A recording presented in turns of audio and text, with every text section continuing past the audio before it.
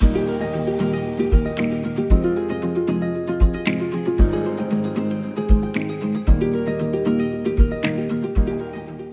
hey there. I'm Kimberly Ferguson, CEO and founder of Emerald Expectations Accounting. I'm so happy that you're here. The Emerald Corner is a place where life and business meet. So my goal is to share with you the process of running a business while maintaining a life with your loved ones. In today's video, we're going to be talking about how to set SMART goals. And no, I don't mean like, oh, hey, those are some super smart goals. But I mean, that's cool too. So for those of you who don't know what a SMART goal is, let's start there. Then we can walk through an example and what the purpose of using the method is, okay?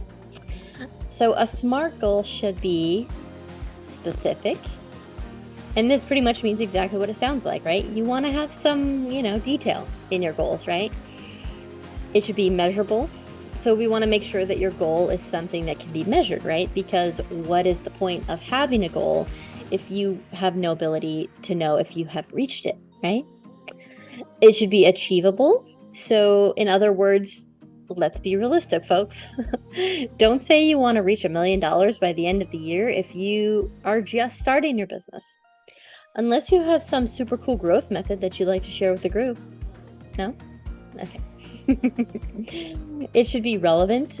This is maybe the most obvious, but let's make sure that your goal is relevant. And by that, I mean, we want it to be related to something you'd actually like to achieve. So you may not want to set a goal of growing your team if you don't have any clients yet, And then lastly, it should be time bound. This one is probably the most highly missed detail of setting a goal. If you don't set deadlines to achieve your goal, you know as well as I do that you're going to push that goal off for something else that you deem to be a higher priority, and then you're not going to get to it again, and then again, and then again. Anyone else? No? Just me? Okay. So now that you know what SMART goals are, how can you create your own SMART goals? So let's create an example, shall we? Let's start with growing your revenue.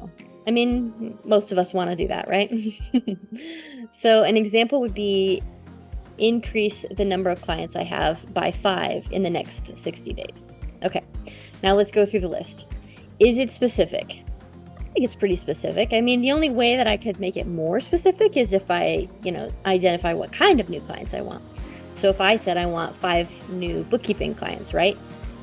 Is it measurable? I mean, for sure, I said I want 5, right? That's a pretty specific number. I can be pretty certain if I've obtained 5 new clients in that given time period, right? Is it achievable? I mean, this one is a little bit more flexible. Like, if I can normally obtain only 1 client in that same time period, then 5 might be a little bit unrealistic. I should maybe shoot for like 2 instead, right?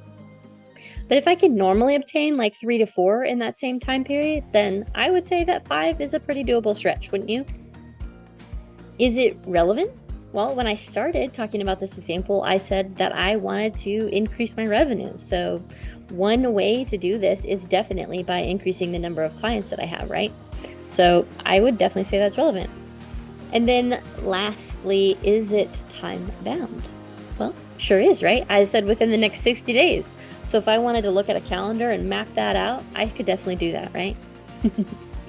All right, so now that you've created your SMART goal, what I would do is then break it down. Break it down into smaller, more manageable chunks, right? So mini goals, right? So if I want 5 clients, then that means that I need to do sales calls with how many people? If my normal closing rate is, say, 25%, then that means I would need to talk to 20 potential clients, right? And so that means over the next 60 days, I need to talk to 2 to 3 potential clients per week, right? And then from there, you can break it down as much or as little as you want to. If I know that I ask 100 people to have a call and only 50% are going to take me up on it, then I also know that I need to reach out to 40 people during the next 60 days in order to ensure that I have enough opportunities to succeed. And then I can break it down further and further and further if I want to. However far you need to break it down to be successful, right? Well, what do you think? Which one of these tips did you find most helpful? I'd love to hear more about it in the comments below. Thank you so much for stopping by and spending this time with me today. I hope that you have a fantastic day, and I will see you in my next video.